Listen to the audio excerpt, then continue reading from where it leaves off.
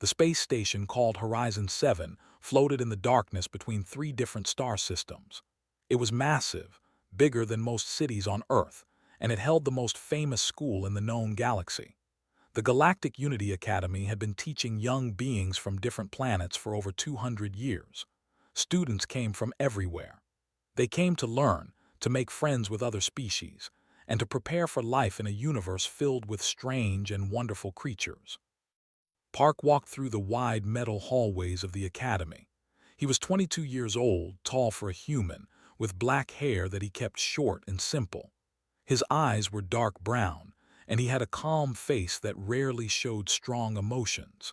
He was one of only 6 humans at the entire academy, and sometimes he felt very alone. The other students looked at him with curiosity.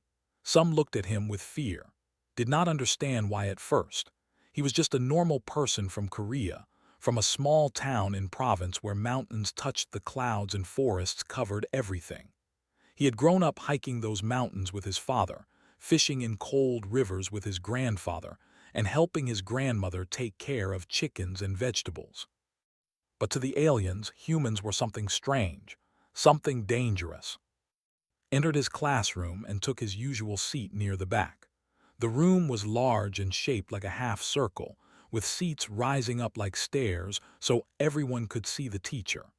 The walls were a soft blue color, and the lights adjusted automatically to make every species comfortable. His classmates were already there. They sat in a group near the front. They were small creatures about the size of human children, with soft fur and very large ears. Their big eyes were always watching, always nervous. They came from a peaceful planet with no large predators, and they scared easily. Behind them sat they were the opposite of the in size. Each was nearly 3 meters tall, with thick gray skin and 4 arms. They looked powerful and dangerous, but had learned that they were gentle beings. They ate only plants and spent most of their time creating art and music. Their seats were specially made to hold their weight. There were also students, with their 6 limbs and strange eyes that changed colors. There were who looked like tall birds with scales instead of feathers. There were beings made of something that looked like living smoke contained in special suits. And there was the human. A small named sat next to him, had light brown fur and ears so large they sometimes drooped to the sides. He was one of the few students who talked to regularly. "Good morning, human friend," said. His voice was soft and high like a child's whisper. "Good morning," replied, "ready for class." His ears twitched nervously. "Today is the predator lesson. I am not ready. I will never be ready." Smiled a little. "It just sounds right, audio files. How bad can it be?" Before could answer, the professor entered the room.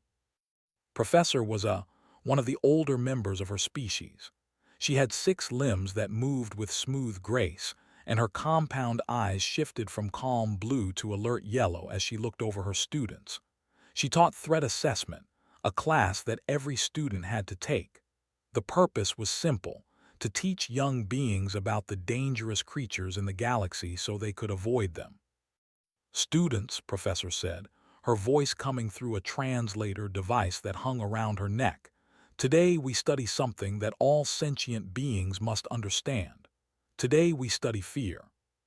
The room became very quiet. "Fear is not weakness," the professor continued. "Fear is survival. Our ancestors learned to fear predators, and that fear kept them alive. A being who does not feel fear does not live long." She moved to the center of the room, where a large display screen waited. Every species in this room evolved to fear certain things: loud sounds, sudden movements, the smell of blood. These fears are written in your genes, passed down from parents to children for millions of years. Listened carefully. This was interesting to him. On Earth, humans had similar lessons, though they usually learned them from nature documentaries or camping trips, not from alien professors. "Today," said, "I will play audio recordings of apex predators from across the galaxy. These are the most dangerous hunting creatures known to sentient life. Your bodies will react to these sounds. Your hearts will beat faster. Your muscles will tighten. This is normal. This is the wisdom of your ancestors protecting you. The students huddled closer together. Even the massive shifted uncomfortably in their seats. "Lean toward, human," he whispered. "I have heard that your planet is classified as a death world. Class 7, is this true?" Thought about it. He had heard something about that during his application to the academy. Earth had a high danger rating compared to most planets. "I think so," he said. "Why? Does your planet have predators?" Almost laughed, but he did not want to be rude. "Yes, we have predators. Many. Quite a few." His eyes grew wider, which did not think was possible. "And you survived. You lived among them." "We all do," said simply. "Every human on Earth." Made a small sound of distress and turned back toward the front of the class. Professor raised one of her limbs for silence. "Let us begin. Remember, these are only recordings. You are safe here." The lights in the room began to dim. Settled into his seat, curious about what sounds could possibly frighten so many different species at once. He had grown up listening to the sounds of the Korean wilderness. He had heard birds and insects, and sometimes larger animals in the distance. How different could alien predators really be? He was about to find out. The classroom fell into darkness. Only small lights along the floor remained, glowing soft blue to help students see where they were sitting. Professor stood at the center of the room, her compound eyes now a deep shade of purple that had learned meant she was being very serious. "The first predator," she announced, "comes from the ammonia swamps of 22B, the Stalker. This creature has ended 3 colonization attempts on its home planet. No settlement has survived longer than 6 months." She pressed a button on her control device. The sound that filled the room was like nothing had ever heard.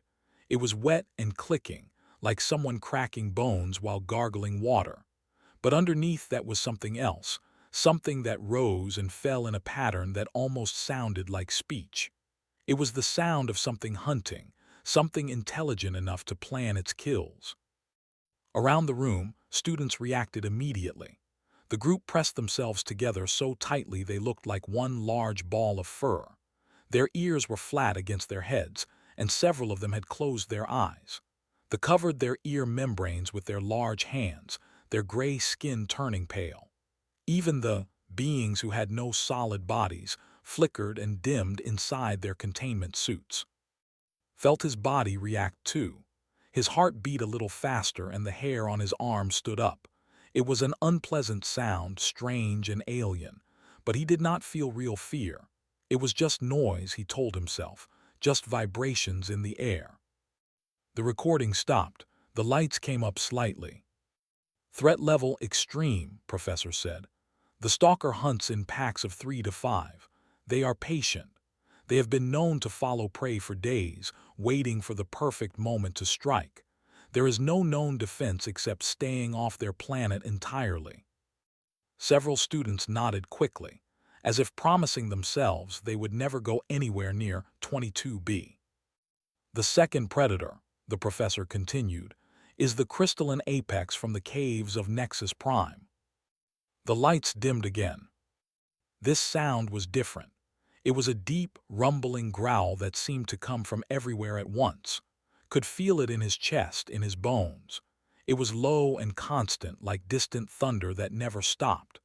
But there was something in the pattern, something that rose and fell like breathing, that made it clear this was a living thing. The reactions were even stronger this time. One student actually stood up from his seat, his 4 arms raised in a defensive position. His body was shaking. They were now making small crying sounds, huddled so close together that could not tell where one ended and another began. Sitting next to, had grabbed onto the edge of his seat with both small hands. His whole body trembled. "Are you okay?" whispered. Could only shake his head. He could not speak. The sound stopped. The lights returned. "Threat level extreme," Professor announced. The crystalline apex is solitary but territorial. It creates this sound to warn other creatures away from its cave system. If the warning is not followed, it attacks. No known species has survived an encounter with a fully grown crystalline apex. The professor paused, letting the information sink in. Around the room, students were recovering slowly. Some were drinking water. Others were practicing breathing exercises their species used to calm down. Watched them with growing curiosity. These sounds were strange and unpleasant, yes, but his classmates were reacting as if death itself was in the room with them. He had seen this kind of fear before in movies when characters were trapped with monsters, but these were just recordings, sound files. There was nothing actually dangerous here. Maybe, he thought, growing up on Earth was different from growing up on other planets. Now, Professor said, we come to our final example. This is perhaps the most disturbing recording in our collection. It comes from a remote planet in an outer spiral arm of the galaxy. A planet that, until recently, we knew very little about. She looked directly at. His stomach tightened. He had a sudden feeling that something was about to happen. Prepare yourselves, the professor said. This is the hunting cry of a creature that has terrorized its world for millions of years. The lights went dark. The sound began. It was a scream. There was no other word for it. A raw, wild, savage scream that rose from somewhere deep and primal. It started low, almost like a growl, then climbed higher and higher until it became a shriek that seemed to cut through the air like a knife. It was the sound of hunger and rage and ancient violence, the sound of something that killed not just to eat, but because killing was what it was born to do. The classroom exploded into panic. They scattered. Some dove under their seats. Others tried to run for the doors, which were locked during lessons. The student who had stood before now fell backward, his massive body hitting the floor with a crash that shook the room. They flickered so badly that their containment suits made warning sounds. Even Professor stepped back, her eyes shifting to deep orange, a color had never seen from her before. Was under his desk, curled into a ball, his large ears wrapped around his head like a blanket. And Park sat in his seat and laughed. The sound surprised him. He had not meant to laugh, but the noise coming from the speakers was so familiar, so completely ordinary to his ears, that his body reacted before his mind could stop it. Every eye in the room turned to him. The recording stopped. The lights came on, and realized that everyone, every single student and the professor herself, was staring at him with expressions of pure shock and horror. "Human Park," Professor said, her voice tight with controlled fear, "do you find the death cry of an apex predator amusing?" Looked around the room. He saw his classmates trembling, crying, hiding. He saw still curled up under the desk, shaking. He looked back at the professor. "Sorry, Professor," he said, still smiling a little. "It is just that this sound is very familiar to me. This is a mountain lion, a cougar. We have these on Earth. They live in the mountains near my home." The silence that followed was the deepest silence had ever experienced. Nobody moved. Nobody spoke. The entire classroom remained frozen as if time itself had stopped. Professor's eyes cycled through colors that could not understand. Orange shifted to red, then to a strange dark purple, then back to orange again. From under his desk, a small voice broke the silence. "You have those," he whispered, "on your planet." Nodded. He was starting to feel uncomfortable with everyone staring at him. "Yes, mountain lions live in many parts of Earth. In my country, in Korea, we have them in the mountain regions. Province where I grew up has many forests. These animals live there." "How many?" Professor asked. Her voice was careful, controlled, like someone trying to stay calm during an emergency.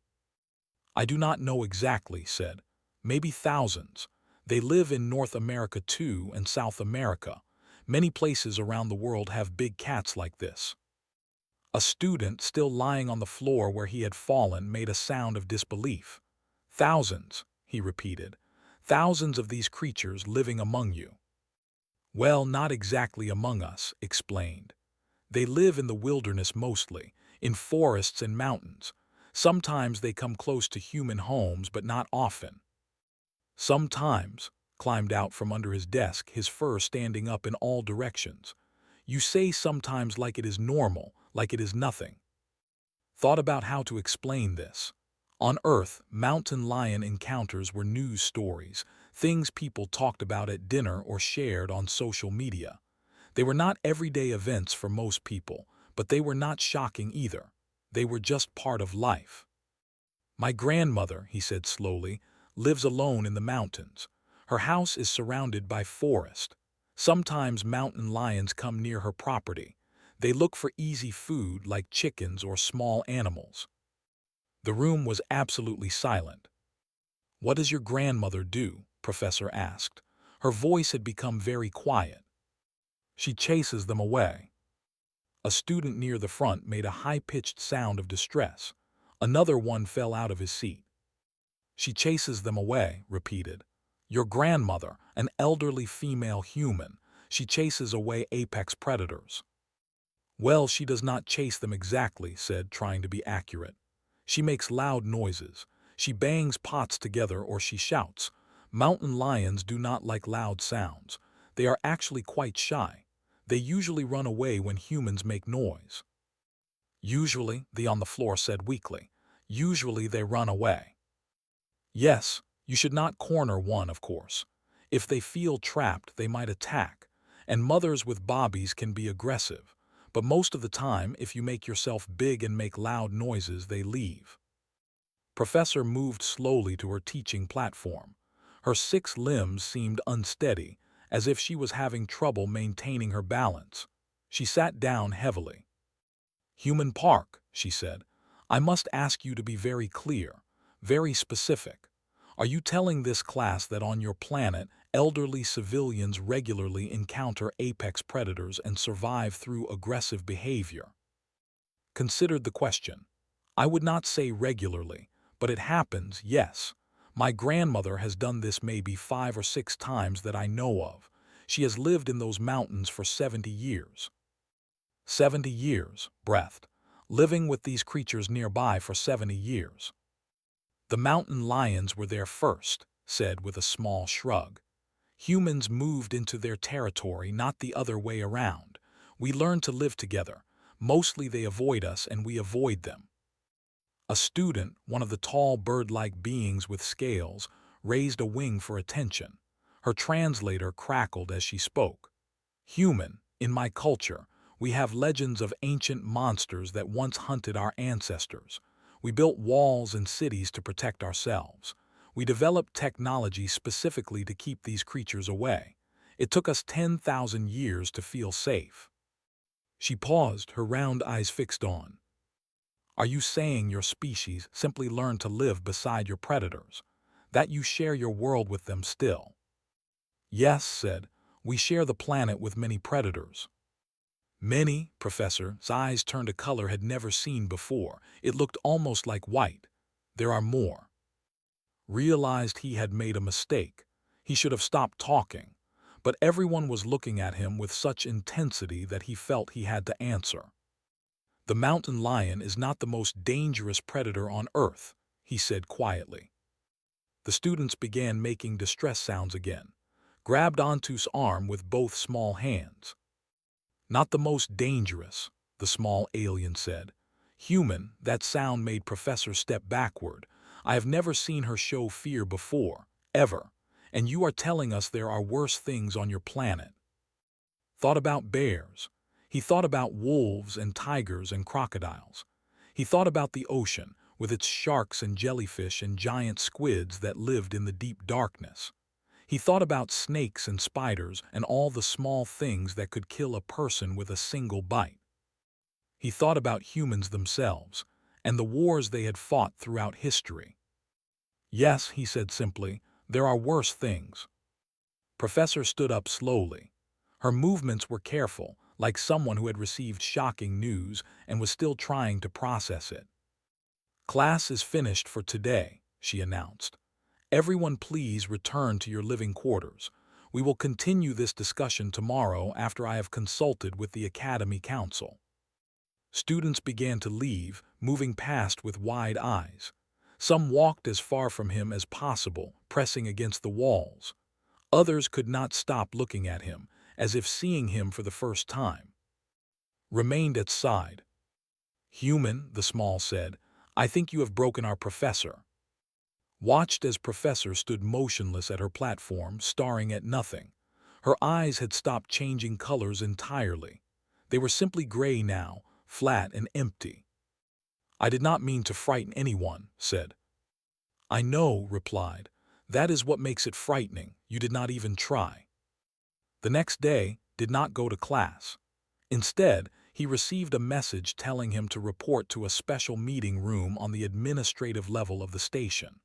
When he arrived, he found Professor waiting for him, along with several other teachers and a group of students who had been in yesterday's class. The room was large and circular, with seats arranged around a central display screen. Noticed that his chair was separate from the others, placed at the front where everyone could see him. It felt like being on trial. "Please sit, Human Park," Professor said. Her eyes were calm blue today, professional and controlled. "We have questions for you." Sat down. He looked around at the faces watching him. Some were curious. Some were nervous. Was there too, sitting in the back row, his large ears pointed forward. "After yesterday's incident," the professor began, "I contacted the Academy's Xenobiology department. I also spoke with representatives from the Galactic Survey Division. They sent me files about your planet that I had not seen before." She touched a control, and the central screen lit up with an image of Earth. The beautiful blue marble floating in space, covered with swirling white clouds. "Earth," said, "also known as Sol 3. Current population approximately 8 billion humans. Planetary classification, Death World Category 7. She turned to face. "I have been teaching threat assessment for 90 years. In all that time, I have never encountered a student from a Category 7 world. Most Category 7 worlds do not produce intelligent life. The conditions are too dangerous. Life does not have time to evolve intelligence before something kills it." "I did not know that," said honestly. "No, why would you? To you, your planet is simply home." Touched the control again. "I would like you to help us understand Human Park. I want you to tell us about Earth's predators, all of them." Shifted in his seat. "All of them, that could take a very long time." "We have all day." So began to talk. He started with the mountain lion since everyone already knew about that. He explained that it was a type of big cat, one of several species on Earth. Then he moved to larger predators. "Bears," he said, as an image appeared on the screen showing a massive brown bear standing on its back legs. The bear in the picture was easily 3 meters tall, with claws the length of human fingers and teeth that could crush bone. Several students made sound of distress. "These are brown bears," explained. "They are common in North America, Europe, and Asia. The largest ones live in Russia and Alaska. They can weigh over 600 kilograms. 600 kilograms, a student repeated. They were large themselves, but this seemed to disturb them greatly. "They eat fish mostly, and berries, plants, insects. They are not strict carnivores, but they will hunt if they are hungry, and they can run faster than humans." "Can your grandmother chase these away too?" asked from the back. "Thought about it? No, with bears you should not make yourself big. You should speak calmly and back away slowly, unless it is a black bear, which is smaller. With black bears you can sometimes scare them off." "Sometimes," someone muttered. "There are also polar bears," continued. "They live in the Arctic in the far north. They are even larger, and they actively hunt humans. They are one of the few animals on Earth that see humans as food." The screen showed an image of a polar bear walking across ice. Its white fur made it nearly invisible against the snow.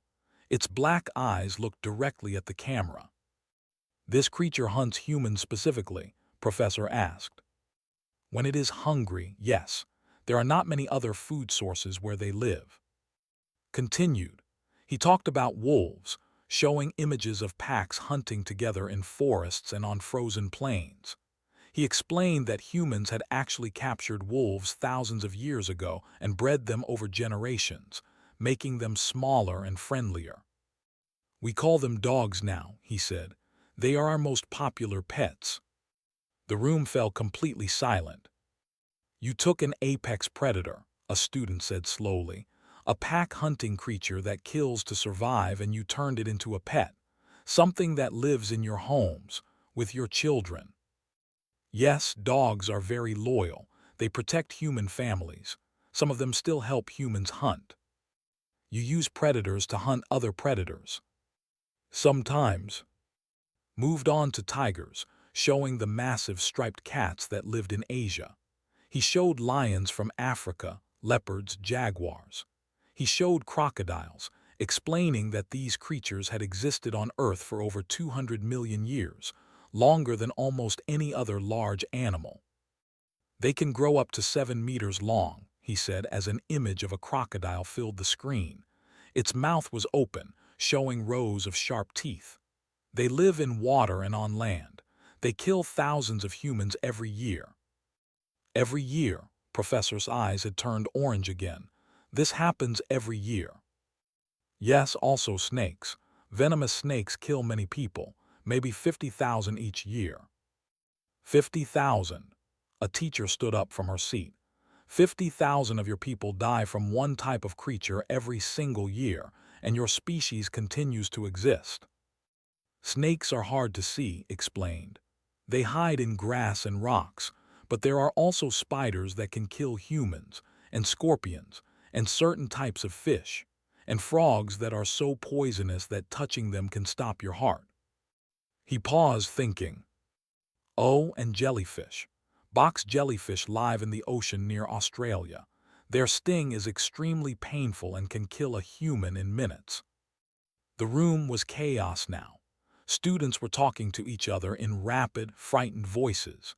Teachers were consulting their data pads, looking up information about Earth with expressions of growing horror. Had moved from the back of the room to sit next to. His small body was pressed close, as if he found being near the human strangely comforting. Human, the said quietly, how do your people leave their homes? How do you go outside knowing all these things exist? Thought about this question seriously. It was a good question. He had never really considered it before. I do not know, he admitted. We just do. We have always lived like this. I guess we are used to it. Used to it, repeated. Your species is used to living on a planet that is actively trying to kill you. I never thought about it that way, said. But yes, I suppose we are. Professor raised one of her limbs for silence. The room gradually became quiet. Human Park, she said. I have one more question. Earlier you said the mountain lion was not the most dangerous predator on your planet. You mentioned bears, crocodiles, venomous creatures, but I sense there is something more, something you have not told us. Hesitated. What is the most dangerous creature on Earth? He looked at the professor. He looked at his classmates, aliens from dozens of different worlds, all watching him with fear and fascination. Humans, he said simply. We are the most dangerous creatures on our planet. Nothing else even comes close. 3 days passed after his presentation about Earth. During those days, he noticed changes around the academy. Other students looked at him differently. Some avoided him completely, walking quickly in the opposite direction when they saw him in the hallways. Others watched him with a new kind of respect, as if he had passed some test they could not understand. Stayed close. The small seemed to have decided that being friends with a human was interesting enough to overcome his fear. They ate meals together and studied together, and asked endless questions about Earth that answered as honestly as he could. On the 4th day, received another message. This time it called him to the office of Chancellor, the highest authority at the academy. The Chancellor's office was at the very top of the station, in a section that rotated slowly to provide a view of the stars. Had never been there before. He walked through doors that opened automatically, past guards who watched him with careful eyes, until he reached a circular room with transparent walls. Chancellor sat behind a curved desk. The Chancellor was old, perhaps the oldest being had ever seen. Was made of crystal, a species that grew their bodies over thousands of years. The Chancellor's form caught the starlight and scattered it into rainbows across the floor. "Mr. Park," the Chancellor said. The voice was like wind through glass, soft but clear. "Please sit." Sat in a chair that adjusted itself to fit his human body. He waited. "Your testimony about Earth has caused significant disruption," said. "Professor has requested a leave of absence. She has taught at this academy for 90 years and has never requested leave before." "I am sorry," said. "I did not mean to upset anyone." "I know." The Chancellor's crystal form chimed softly, a sound that might have been a sigh. "That is precisely what concerns us. You spoke casually about things that would destroy most species. You described horrors as if they were ordinary. To you, they are ordinary." The Chancellor touched the desk surface, and a holographic display appeared in the air between them. It showed Earth again, but this time there were numbers and classifications floating around it. "When humanity first made contact with the galactic community 30 years ago, we classified your planet as Category 7. This is the highest danger rating we normally assign to planets that support intelligent life. We believed this was appropriate." Paused. "We were wrong." The holographic numbers shifted. The 7 changed to a 9. "After reviewing your testimony and conducting additional research, the Galactic Council has decided to upgrade Earth's classification to Category 9. This is the highest rating possible. Category 9 is usually reserved for planets that have no intelligent life at all because conditions are too extreme." Stared at the display. "I do not understand. Earth seems normal to me." "Yes," the Chancellor said.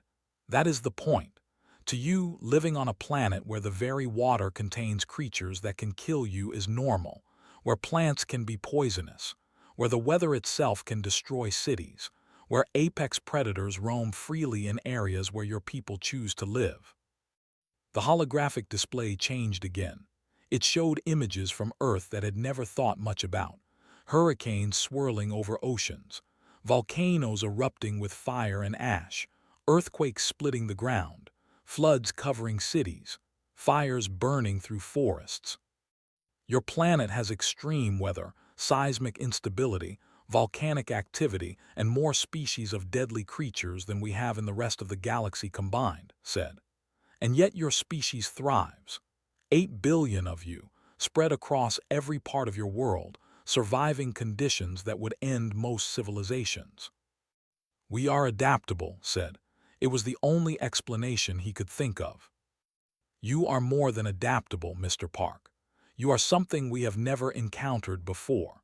A predator species that achieved intelligence and technology without losing its predator instincts."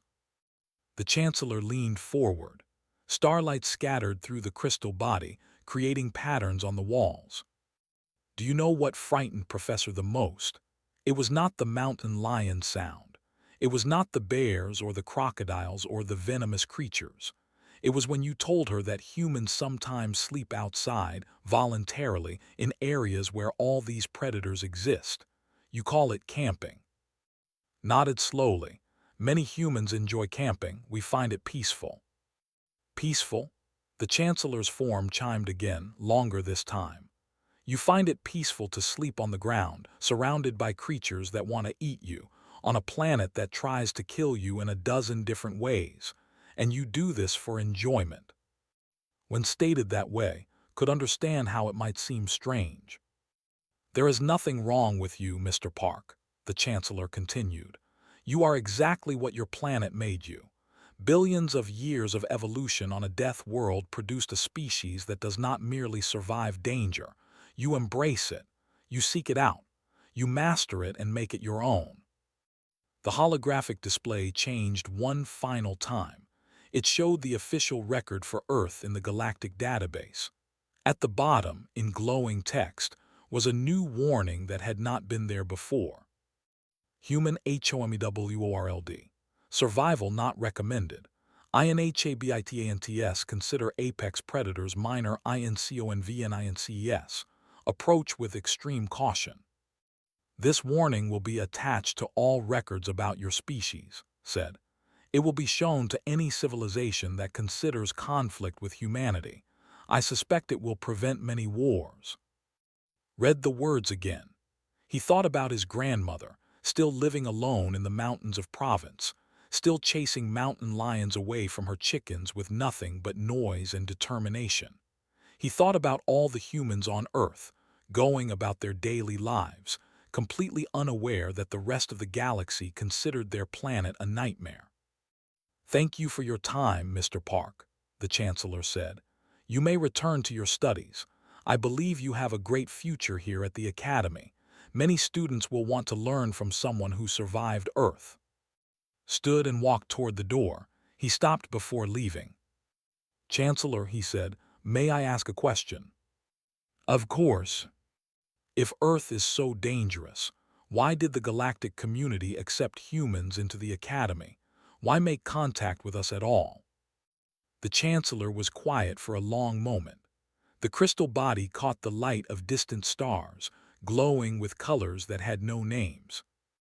"Because, Mr. Park, it is better to have humans as friends than as enemies. A species that conquers death worlds does not stop when it reaches the stars. We saw what you were becoming, and we decided it was wiser to welcome you than to wait and see what you would do on your own." Thought about this.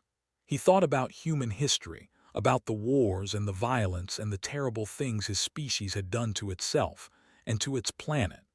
But he also thought about the art and the music and the love, about parents protecting their children, about communities rebuilding after disasters, about the endless human drive to survive and grow and reach for something better. "I hope we can live up to your expectations," he said. "You already have," the Chancellor replied. "You are here after all. You survived your planet. You reached the stars. And you did it without losing your kindness, your curiosity, or your sense of humor. Those are rare qualities in any species." Left the Chancellor's office and walked back through the station toward his dormitory. Along the way, he passed other students from dozens of different worlds. Some still looked at him with fear, but some nodded in greeting or offered small smiles or simply watched him with wonder. When he reached his room, he found waiting outside. "What did the Chancellor want?" the small asked. "Earth has been reclassified," said. "Category 9. His ears drooped. "That sounds bad." "Maybe, but the Chancellor also said humans make good friends." "That is true," agreed. "I am your friend and I am still alive. This seems like good evidence." Laughed. It felt good to laugh, to be here with a friend who was strange and alien, and somehow exactly what he needed. That night, he sent a message to his grandmother in Provence.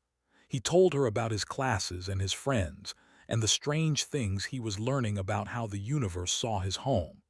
He did not tell her about the reclassification or the warning attached to Earth's files. She would not have understood why anyone would be afraid of such ordinary things. At the end of the message, he asked her how the chickens were doing.